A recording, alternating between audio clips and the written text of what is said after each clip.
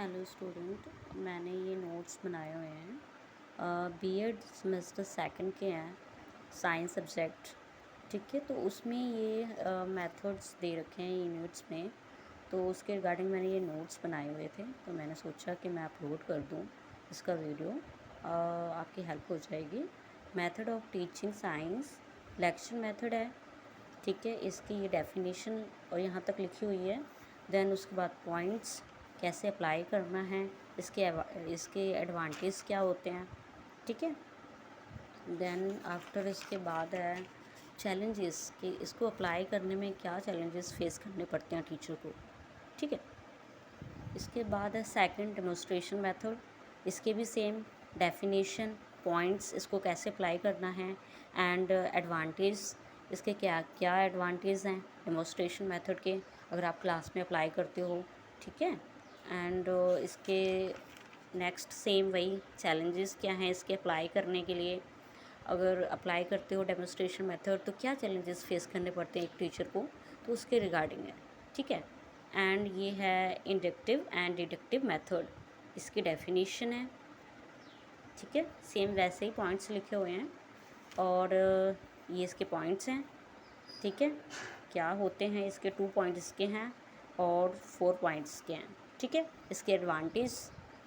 Okay, आप मुझे बता देना अगर आपको समझ नहीं लग रहा है ऐसे, तो मैं आपको रीड करके और आपको टीच करके एक्सप्लेन करके मैं आपको बता दूंगी कि ये क्या है और कैसे आप इसको अप्लाई कर सकते हो as a teacher in the class. ठीक है, ये इसके पॉइंट्स लिखे हुए हैं, एडवांटेज हैं, यहाँ से स्टार्ट हो रहे हैं इसके। ठीक है, इसके एडवांटेज एंड यहाँ पे इसके डिसएडवांटेज है, वही चैलेंजेस कि क्या फेस करने पड़ते हैं एक टीचर को अगर वो मेथड यूज़ कर रहा है, तो ये वाले। ठीक है, प्रोजेक्टिव मेथड क्या होता है, प्रोजेक्ट मेथड है। तो प्रोजेक्ट मेथड क्या होता है, उसकी डेफिनेशन यहाँ पे है। ठीक है, ओके, ऑलराइट, एंड उसके पॉइंट्स, उसके 5 पॉइंट्स यहाँ पे मैंने मेंशन कर रखे हैं, आप रीड कर सकते हो इसको। ठीक है, ये फर्दर अगर कोई स्टूडेंट है इसमें तो उसको बीएड में ये हेल्प हो जाएगी, सेकंड सेमेस्टर के लिए है। वेरी करता है इसका जो बीएड का सिलेबस है वो वेरी करता रहता है। ठीक है, एंड ये इसके एडवांटेज हैं। ठीक है, एडवांटेज के पॉइंट्स लिखे हुए हैं।